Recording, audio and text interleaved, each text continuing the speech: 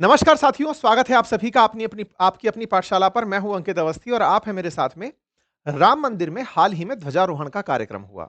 ध्वजारोहण जिसकी एक प्रासंगिकता है कि आपने कोई कार्य किया था, उस कार्य के अंदर जो आप सिद्धता चाहते थे या फिर जो अपनी बात रखना चाहते थे या धर्म पताका फहराना चाहते थे, धर्म की स्थापना करना चाहते थे, आपका वो कार्य सिद्ध हो चुका है। भगवान राम का अयोध्या में बहुत ही खूबसूरत मंदिर बनकर तैयार हुआ।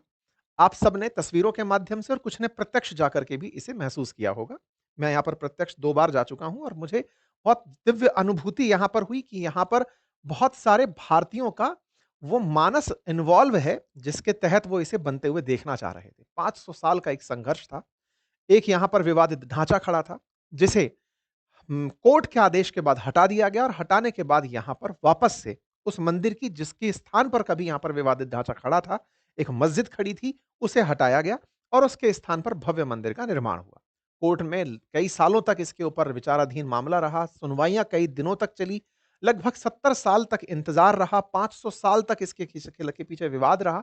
फाइनली वहाँ पर पूरी न्याय और शुचिता के साथ में जब फैसला पक्ष में आया, तब जाकर के रामलला के पक्ष में इस तरह का एक भव्य मंदिर बनकर तैयार हुआ और इसके लिए बहुत से हिंदू सनातन प्रेमियों ने और बहुत से कार सेवकों ने अपने द्वारा मतलब बहुत ही इच्छा शक्ति से, प्राण से, शक्ति से, जिस तरह से वो लोग कार्य कर सकते थे उन्होंने किया और फाइनली ये रूप निकलकर साकार हुआ। कहते हैं कि हिंदू सभ्यता के अंदर, सनातन संस्कृति के अंदर जब जन्म होता है तो राम राम से और जब जन्म की पूर्ति होती है तो राम नाम सत्य से होती है और जिस राम नाम के अंदर इतना महत्व है, उसके लिए संघर्ष इतने साल तक चला था।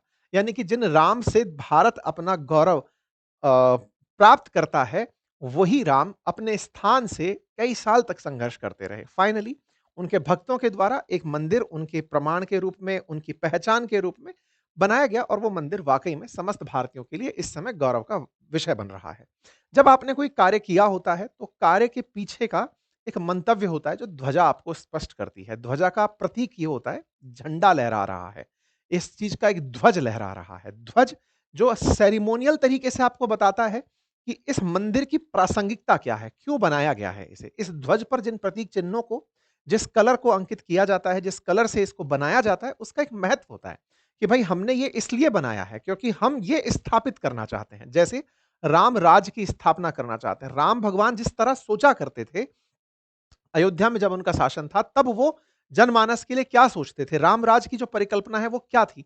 उस सब चिन्हों को यहाँ पर दर्शाने का प्रयास किया जाता है, ताकि आपको हमेशा याद रहे। ये बिल्कुल वैसे है, जैसे आप कभी स्टूडेंट के रूप में रहें और स्टूडेंट को हमेशा अपना लक्ष्य दिखता रहे, तो वो लक्ष्य को लिखकर टाँक लेता है कि मुझे ये करना है।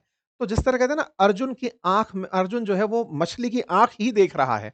ऐसे ही ध्वजा का मतलब प्रतीक होता है। ये 4 किलोमीटर दूर से दिख सकती है। आप मंदिर आ रहे हो और मंदिर के बारे में विचार भी हो रहा है, तो ध्वजा आपको याद दिलाती है कि ये असल मायने में क्यों किया जा रहा है। ध्वजा की प्रासंगिकता इस तरह से होती है। कहते हैं ना कि अर्जुन के रथ पर भी ध्वजा थी, तो मतलब भगवान भरत के रथ पर भी ध्वजा थी। ध्वजा प्रतीक चिन्ह है जो आपके उद्देश्य को प्रतीक करती है कि आप क्या चाहते हैं। तो यहाँ पर ये धर्म ध्वजा है। धर्म ध्वजा है, सनातन के लिए एक प्रासंगिकता इस तरह से रखती है कि चाहते क्या हैं? उस चाहत में धर्म की स्थापना किस तरीके से है? हम भारतीयता को किस तरह से इसमें समाहित करते हैं? जब हम भारतीयता की बात करते हैं, जिस तरह से सरसंघ चालक जी ने अभी कहा कि भारतीय मतलब भारत के अंदर रहने वाले सब लोग भारतीय हैं और वो भारत की रीतियों की पालना करते हैं, तो वो भारतीय हैं। तो इस प्रकार से क्या-क्या समाहित ये करता है, क्या थॉट प्रोसेस हमारा ध्वज लेकर चलता है, कैसे ये भारत के लिए एक प्रतीक चिन्ह बनकर दिखाई देता है, बस इस तरह से हमने इस ध्वजा का कार्यक्रम को बहुत ही बड़े उद्देश्य से पूर्ण किया। तो यहाँ पर आप देख सकते हैं फिर से रामलला के दरबार को बहुत अच्छे से सजाया गया, मंदिर को बहुत ही खूबसूरत तरीके से सजाया गया और कहते हैं कि जब धर्म का कार्य हो रहा हो और राक्षस वहाँ निकल निकल ना आए तो ये तो कैसे संभव है, निकल कर के भी आए। और निकले हुए इन राक्षसों ने फिर से कुछ बयानबाजी अनर्गल करी और उन्होंने कहा कि ये तो डीप कंसर्न है। और किस बात का डीप कंसर्न है कि साहब यहाँ पर मुस्लिम कल्चर को हटाने का प्रयास किया जा रहा है। देखिए पहले ही आगे बढ़ें उससे पहले ही मैं क्लियर कर देता हूँ। मुसलमानों ने जब देश का विभाजन हुआ था तब अपने लिए एक अलग देश मांग लिया था। भारत का जब विभाजन हुआ था तो भारत के विभाजन में मुस्लिम्स ने जिन्हें अलग से अपना देश चाहिए था वो पाकिस्तान में चले गए और वही पाकिस्तान बाद में बांग्लादेश और पाकिस्तान में टूटकर रह गया। जो भारत में रहे वो भारतीयता के साथ रहना चाहते थे। भारतीयता क्या है? भारत के अंदर सभी धर्मों का समावेशी तरीके से एक बहुत ही सेक्युलर तरीके से विकास हो। हमारे देश के अंदर उस समय बहुत डिमांड की गई थी कि हिंदुओं के लिए हिंदुस्तान हो और मुस्लिमों के लिए पाकिस्तान हो। लेकिन उस समय भी देश के जो नीति निर्माता थे, उन्हें लगा कि इस देश में बहुत से धर्मों का ओरिजिन हुआ है। बुद्धिज़्म का ओरिजिन यहाँ से है, यहाँ पर जैनिज़्म का ओरिजिन है, यहाँ पर सिखिज़्म का ओरिजिन है, तो बहुत सारे धर्म यहाँ पर साथ रहते हैं। ऐसे में किसी एक धर्म को लेकर के चलना देश की पहचान के लिए दिक्कत खड़ी करेगा, देश के लिए समावेशी नहीं होगा। इसलिए भारत वो होगा जो सबको साथ रखकर चलने वाला होगा। चूँकि एक धर्म इस्लाम ने अपने लिए अलग धर्म माँग लिया था, इसके चलते वो जो देश में बने रह गए, वो लोग थे जो भारत के साथ भारतीय कल्चर में ही रहकर आगे बढ़ना चाहते थे। ऐसे में जिस देश के अंदर हिंदू इतने ज़्यादा सहनशील हों, जिन्होंने अपने किसी एक भाग को एक धर्म की चाह रखने वाले कि हमारा इस्लाम के लिए एक अलग धर्म हो अलग देश हो, उस तक को जिन्हें दे दिया, उसके बावजूद भी ये लोग पाकिस्तान में बैठकर भारत में मुसलमानों की चिंता कर रहे हैं। इंटरेस्टिंग फैक्ट ये है कि ये चिंता करते-करते अपना देश लेकर चले गए। उसके बावजूद अब इन्हें दिक्कत ये है कि भारत में ऐसा कल्चरली क्यों हो रहा है? तो पहले तो ये राइटफुली बोलने के हकदार नहीं है। लेकिन उसके बावजूद भी अगर हकदार बनने का प्रयास करते हैं, तो फिर हमारी न्यायपालिका, हमारा कोर्ट, हमारा इतिहास इस बात को पूरी तरह से चेक करता है। 1528 में जब से बाबरी मस्जिद का निर्माण राम जन्मभूमि पर हुआ था, तब से ही इसे लेकर विवाद चल रहा था। इस्लाम की अगर ऐतिहासिकता को ढूंढते हैं, तो उससे कहीं ज्यादा पुराना आपको भारत के अंदर सनातन का इतिहास मिलता है। इस्लाम मध्यकालीन भारत के आसपास जन्मा और प्रसारित हुआ, देश में फैला हुआ धर्म है भारत के अंदर। ऐसे में भारत के अंदर जो सनातन लंबे समय से है, जिसका यही नहीं पता है कि और छोर कहां पर है, उसके साथ में इस तरह के जो निर्माण कार्य हैं, उन्हें भी सहिष्णु तरीके से रखा गया। फाइनली कोर्ट में आर्कियोलॉजिकल सर्वे, तमाम पक्षकार, सभी धर्म मतावलंबी, इस्लाम की तरफ से बात रखने वाले स्कॉलर्स, हिंदुइज्म की तरफ से, सनातन की तरफ से बात रखने वाले स्कॉलर्स और तो और आर्कियोलॉजिकल सर्वे ऑफ इंडिया, इन सब की बातों को जब न्यायपालिका ने पूरा सुना, तब जाकर के 2019 में फैसला आया और उस फैसले के बाद में यहां पर मंदिर का निर्माण शुरू हुआ। ये कोई जिद से, यहां की उन्मादी भीड़ की वजह से तोड़कर, कोर्ट, न्यायपालिका सबको किनारे रखकर, संविधान को किनारे रखकर किया गया कार्य नहीं था। और समस्त भारतीयों ने फिर से एक बार सहनशीलता का प्रदर्शन किया और इस कार्य को अंजाम दिया। हाँ, इस बीच में एक घटना, जो बाबरी विध्वंस की जो घटना है, उसको लेकर के अक्सर बात होती है कि लोगों ने बाबरी विध्वंस किया था, तोड़ दिया था कार सेवकों ने विश्व हिंदू परिषद के द्वारा। उसको लेकर के बात ये उठती है कि जब न्यायपालिका कुछ नहीं कर पा रही है, लगातार 500 साल से वहां पर मस्जिद बनी हुई है, देश को आजाद हुए 50 साल हो चुके हैं और उसके बाद भी कोई इस विषय पर ध्यान नहीं दे रहा है। तो जब सब्र का बांध टूटा, तो वो एक घटना घटी जिसके ऊपर न्यायपालिका ने जिन्हें दोषी ठहराना था दोषी ठहराया, जिन्हें दंड देना था उन्हें दंड दिया।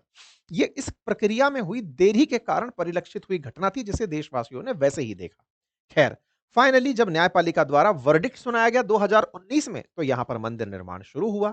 आधारशिला देश के तत्कालीन प्रधानमंत्री ने रखी। अच्छा, प्रधानमंत्री के साथ में एक बड़ा इंटरेस्टिंग वाकया ये रहा कि जब देश के अंदर ये चेतना फैलाई जा रही थी कि भैया राम मंदिर नहीं है, राम को हम याद तो कर रहे हैं, घर-घर में रामचरितमानस बज रही है, हर अंतिम यात्रा में राम नाम सत्य हो रहा है, सुबह-शाम सबके लिए राम नाम जपा जा रहा है, राम है कहां? राम की हर किसी का अपना एक ओरिजिन बिंदु है हमारे देश के अंदर। जिस तरह से भगवान को आइडियलाइज हमने किया हुआ है, उनका अपनी एक क्षेत्र है, एक पहचान है, एक जगह है। वो कहां है? उस समय के आंदोलन से प्रधानमंत्री जी भी जुड़े हुए थे जब आडवाणी जी ने रथ यात्रा की थी। तो एक तरीके से इनके साथ में वो वाला एक इमोशनल कनेक्ट था। वो कनेक्ट था तो वो एक जिद भी थी कि यहां पर मंदिर बनना चाहिए। वो जिद आपके आंदोलन में, जनचेतना में, द्वारा उठाए गए मामलों में, कोर्ट के अंदर सुनवाई में, जब पक्षकारों ने अपनी बातें रखी, वो पूर्णता की ओर गई। फाइनली 5 अगस्त 2020 को वो दिन आया जब प्रधानमंत्री ने मंदिर की आधारशिला रखी और इस आधारशिला के साथ ही जनवरी 2024 के अंदर वो दिन आया जब रामलला यहां पर विराजमान थे। रामलला विराजमान के साथ ही चर्चा ये आई कि साहब इसका तो बीजेपी इलेक्शन में फायदा लेना चाहती है। देखिए, बीजेपी इसके लिए इनके मैनिफेस्टो के अंदर मेन रूप से जो चलने वाली चीज थी वो राम जन्मभूमि थी। तो ऐसे में यहां पर ये कोई इंसिडेंस था कि 2024 के अंदर ये चीज आई। हो सकता है कि ये बिल्कुल इलेक्शन के टाइम पर होती या इलेक्शन के बाद होती। अब कभी ना कभी तो ये होनी ही थी और देश में एनी टाइम इलेक्शन का विषय रहता है। पर चलो कोई बात नहीं, इलेक्शन के समय से कुछ समय पहले ये हुआ, देश के अंदर रामलला विराजमान देखे गए। लेकिन उस समय जब देश के अंदर भारत के प्राण की प्रतिष्ठा हुई, दुनिया भर की तरफ से प्रतिक्रियाएं आई, लेकिन समस्त भारतीयों ने उस दिन दिवाली का अनुभव किया। वो जो दिवाली थी वो असल में इस बात की थी कि हाँ, अब एक हमारी पहचान है। जिस तरह से आज इस्लाम के लिए मक्का-मदीना एक पहचान बनी हुई है, क्रिश्चियनिटी के लिए पोप फ्रांसिस का वेटिकन सिटी बना हुआ है, बिल्कुल वैसे ही सब धर्मों के लिए एक ना एक जगह है और उन्हीं जगहों में से ये जगह हमारी एक पहचान बनकर आई। इसी पहचान के साथ हम बढ़ने लगे, दुनिया भर की प्रतिक्रियाएँ आने लगी। प्रतिक्रियाओं में जो आज के युग के जो नए पत्रकार कहिए या फिर जो नया इतिहास पढ़ने वाले लोग हैं, उन्होंने इसे यही कहा कि साहब मस्जिद की जगह मंदिर बनाया गया है। कोई भी और ज़्यादा आगे तक जाने को तैयार नहीं था। यही कारण था कि भारत ने सांस्कृतिक चेतना को जगह दी। सांस्कृतिक चेतना में मध्यकालीन से पहले भी पुरातन भारत रहा है, एंशिएंट हिस्ट्री रही है, उसकी चेतना लोगों तक लाई गई और कहा गया कि पहचानो इससे पहले क्या था। और उस पहले की बात को हमने ज़िद करके नहीं, न्यायपालिका से डिस्कस करके किया है। खैर, यहाँ पर भव्य राम मंदिर का निर्माण शुरू हुआ और मंदिर का जब निर्माण पूरा हुआ, तो ये जानकारी लोगों तक पहुँचाई गई कि साहब अब मंदिर मतलब उस बीच में पहला ऐसा हुआ कि मंदिर के अंदर अभी तक रामलला विराजमान कर दिए, निर्माण पूरा नहीं हुआ, उस पर कई शंकराचार्यों के मतभेद निकल कर आए। पर देश के अंदर आज़ादी है बोलने की, सबने अपनी-अपनी प्रतिक्रियाएँ दी, सबने अपनी-अपनी तरह से अब इस बात को लिया। कुल मिलाकर राम मंदिर बनकर आया, राम मंदिर अब पूर्ण हो चुका है, बन चुका है। जब राम मंदिर निर्माण पूरा हो गया, तो फिर एक तस्वीर बाहर आई और उस तस्वीर में फाइनली इसके पूरा होने के बाद इसके शिखर पर ध्वजारोहण की बारी थी। शिखर पर ध्वजारोहण 25 तारीख को विधिवत रूप से अनाउंस किया गया।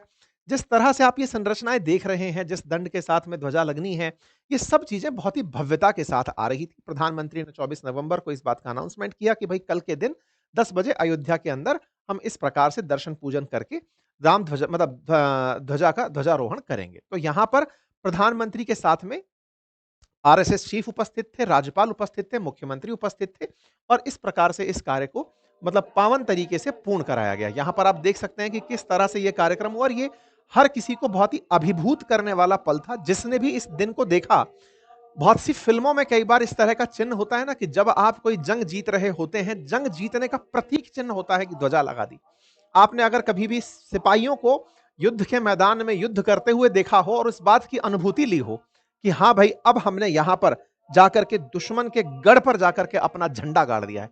अक्सर जब आप देखते हैं कि दुश्मन से क्षेत्र छीनकर जब ध्वजा गाड़ी जाती है, तो बताया जाता है कि हाँ भाई, हम स्थापित हो चुके हैं। एवरेस्ट विजय करने वाले अपने देश का झंडा वहां गाड़ते हैं कि चलो हमारा झंडा यहाँ गड़ गया। तो झंडे का बहुत बड़ा सिग्निफिकेंस होता है।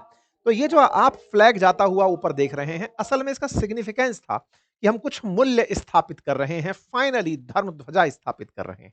और इस धर्म ध्वजा को यहाँ पर बड़े ही भाव-विभोर होते हुए क्षण में स्थापित किया गया। 11:50 के अभिजीत मुहूर्त के अंदर बटन दबाते ही 2 किलो का ये जो केसरिया ध्वज है, 161 फीट के ऊँचे शिखर पर फहराने के लिए चल पड़ी। तो ये बहुत ही ज़बरदस्त सीन था, कुछ इस तरह से नज़र के वो निकल कर आई कि हम संघर्ष किए, हमने निर्माण किया और हमने फाइनली अब इस पर धर्म ध्वजा की स्थापना की। साहब, धर्म ध्वजा निकल कर आती है। ध्वजा के लिए 25 नवंबर ही चुना गया, इसके पीछे भी बताया गया कि ये वो दिन है जिस दिन भगवान राम और माँ जानकी का विवाह हुआ था। तो पंचमी तिथि के दिन ही ये वाला अवसर मुहूर्त के रूप में निकाला गया। धर्म ध्वजा जो थी वो 22 गुणा 11 फीट की थी, जिसके पीछे भी अंक गणित का कुछ शास्त्र था, जिसमें बताया गया कि इस प्रकार के जब आप अंक निकालते हैं तो अंक कुल मिलाकर 8 निकल कर आता है, जो भगवान शनि का अंक माना जाता है कि अब यहाँ पर वो दंड नायक बनकर रहेंगे कि यहाँ पर निर्णय किया करेंगे। खैर, इन सब चीज़ों के बीच में सारी प्रक्रियाएँ, सारी रीति-रिवाज के अनुसार 22 बाई 11 फीट का जो राइट एंगल ट्रायंगल जो लगा, धर्म ध्वजा टकी, उसके साथ-साथ बहुत सी चीज़ें चर्चा में निकल कर आई और उनमें सबसे बड़ी चर्चा ये थी कि इस ध्वजा पर 3 प्रतीक चिन्ह बने हैं और उन प्रतीक चिन्हों के अंदर सूर्यवंश का चिन्ह और ओंकार बना हुआ है। साथ ही साथ में एक कोविदार वृक्ष भी बना हुआ है। यहाँ पर कहा गया कि ये जो 3 ध्वज के ऊपर लगी हुई चीज़ें हैं, जिनमें से है कोविदार वृक्ष, ओम और सन, ये तीनों चीज़ें बहुत ही विचार के बाद में लाई गई। मतलब ये ध्वजा कौन-सी लगेगी, इस पर क्या होगा, इसका भी प्रॉपर अध्ययन किया गया। जिसके बारे में मतलब एस्ट्रोलॉजर्स का मानना है कि ओम संपूर्ण मंत्र का मतलब ज्ञान माना जाता है। कहा जाता है कि ओम को संपूर्ण मंत्र माना गया है। ब्रह्मांड का सर्वशक्तिमान और सबसे पवित्र मंत्र माना जाता है। वहीं सूर्य से निकलने वाली जो ध्वनि है वो भी ओम की तरह ओम के अनुरूप होती है और जब इसे सूर्य के साथ आप रखते हैं तो सृष्टि, ऊर्जा और दिव्यता का प्रतीक बनती है। सूर्य जीवन और प्रकाश का प्रतीक है और ओम आत्मा और परमात्मा का। इससे मिलकर के जीवन शक्ति और आध्यात्मिक ऊर्जा निकल कर आती है।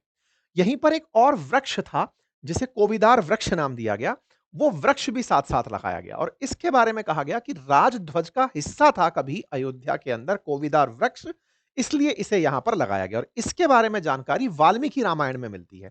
कहते हैं कि जब भगवान राम को चित्र चित्रकूट से वापस लिवाने के लिए भरत जा रहे थे, तो लक्ष्मण दूर से इस ध्वजा को देखकर ही पहचाने थे कि भरत भगवान राम को लेने आ रहे हैं। लेकिन लेने की जगह उन्हें डर ये लगा था कि इनके चलते इनकी माँ ने भगवान राम को वनवास दे दिया और अब ये वनवास में भी उन्हें नहीं जीवित रहने देना चाहते।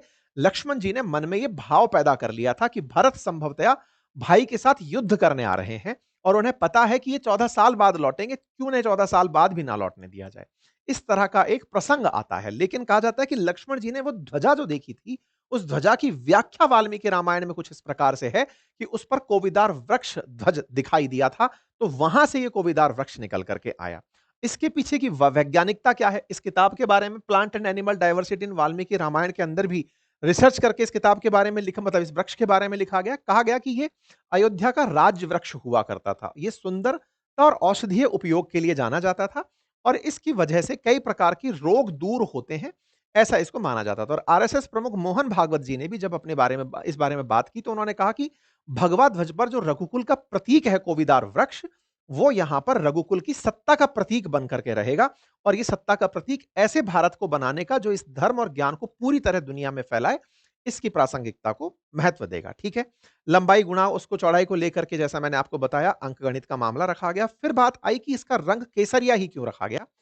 इसके बारे में कहा गया कि झंडों के लक्षण का वर्णन विश्वकर्मा का जो वास्तुशास्त्र है उसके अध्याय नंबर 42 में दिया गया है और उसमें यह कहा गया कि जो धर्म के अनुसार कार्य के लिए नियुक्त रंग है, जैसे महाभारत में, ऋग्वेद में और विष्णु धर्मोत्तर पुराण में ध्वज का वर्णन है जिसमें भगवान विष्णु के ध्वज का रंग पीला और सुनहला बताया गया है।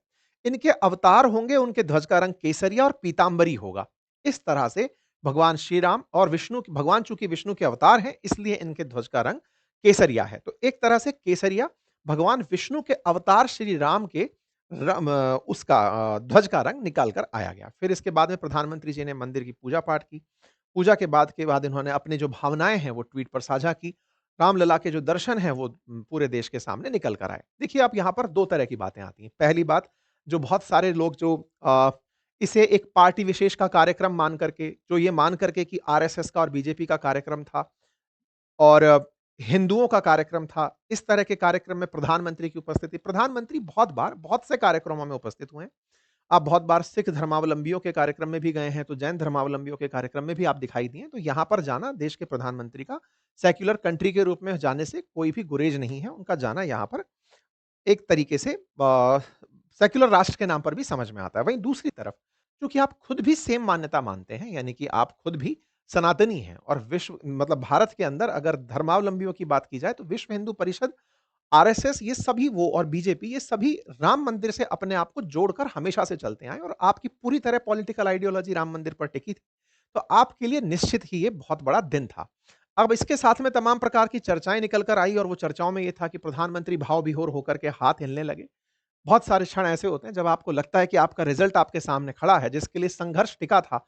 ना केवल आपका, ना कि देश में आपके पीछे जो तमाम लोग खड़े थे, लीडर्स के साथ तो जनता होती है। और वो लोग तमाम जिनके नाम कभी चर्चा में नहीं आए, वो सब चीज़ें जब आपको याद आ रही होती हैं, ध्वजा एक प्रतीक चिन्ह बनती है। जब आप किसी काम के फाइनल उसमें होते हैं, आप मैराथन दौड़ रहे हो और फाइनल मिनट जब आपकी हो, उस समय का जो मामला होता है, फीलिंग जो होती है, वो बहुत नेक्स्ट लेवल होती है।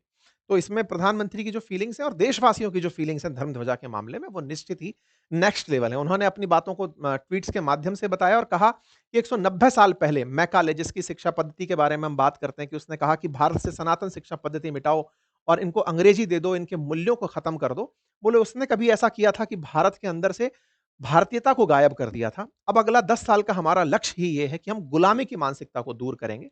प्रधानमंत्री का एक नया संकल्प है और निश्चित ही यह समस्त देशवासियों के लिए एक बड़ी बात है कि हम लोगों के अंदर से हमारी जो अच्छाइयाँ थी, उन्हें संदेह की नज़र से देखने के लिए मजबूर कर दिया गया। आज समस्त भारतीय क्वेश्चन करने लगते हैं, हमारे देश की ऐतिहासिक और पौराणिक जो भी, मतलब ऐतिहासिकता है उसके ऊपर, कि कैसे संभव है, ये कैसे हो सकता है, किस किस बात पर कितना तरह का बिलीव। जिसने मैकाले शिक्षा पद्धति के दौरान लिखी गई किताबें पढ़ ली, ये इंटेंशनल लिखी गई किताबें थी जो कि एक विशेष उद्देश्य की पूर्ति के लिए, एक विशेष कार्य क्षेत्र को विकसित करने के लिए ब्रिटिशर्स के द्वारा प्रमोट की गई पुस्तकें थी।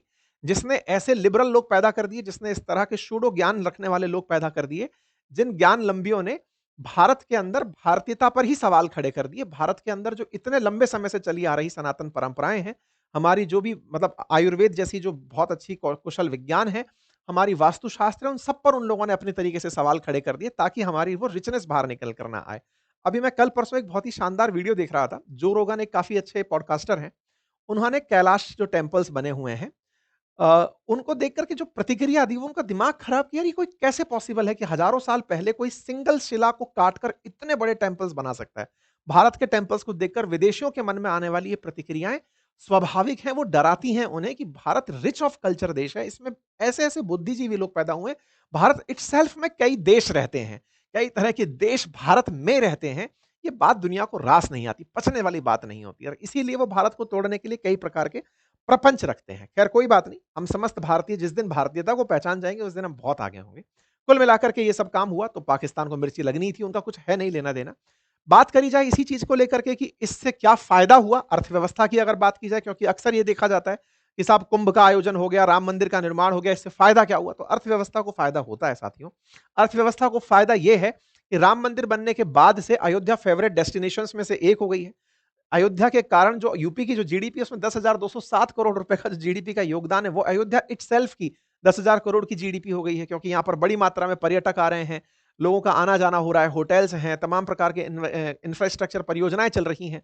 इसकी वजह से कहा जा रहा है कि 2028 तक अयोध्या अयोध्या का जो स्थान है ये 18,000 करोड़ का रेवेन्यू बनाने लगेगा। तो ये अपने आप में एक बहुत बड़ा मतलब पर्यटक क्षेत्र बन कर के विकसित हो रहा है और इसके साथ-साथ हमारे देश में बात प्रतिक्रियाओं की हो, तो जब हमने ये काम किया, तो दुनिया भर में से जो सबसे ज़्यादा मिर्ची जिसको लगी, वो निश्चित ही राक्षसों को लगी और उन राक्षसों को दिक्कत इस बात पर हुई पाकिस्तानियों को, कि ये लोग कर कैसे गए ये काम? हमने तो सोचा ही नहीं था कि इनके अंदर इतनी दृढ़ इच्छा शक्ति होगी।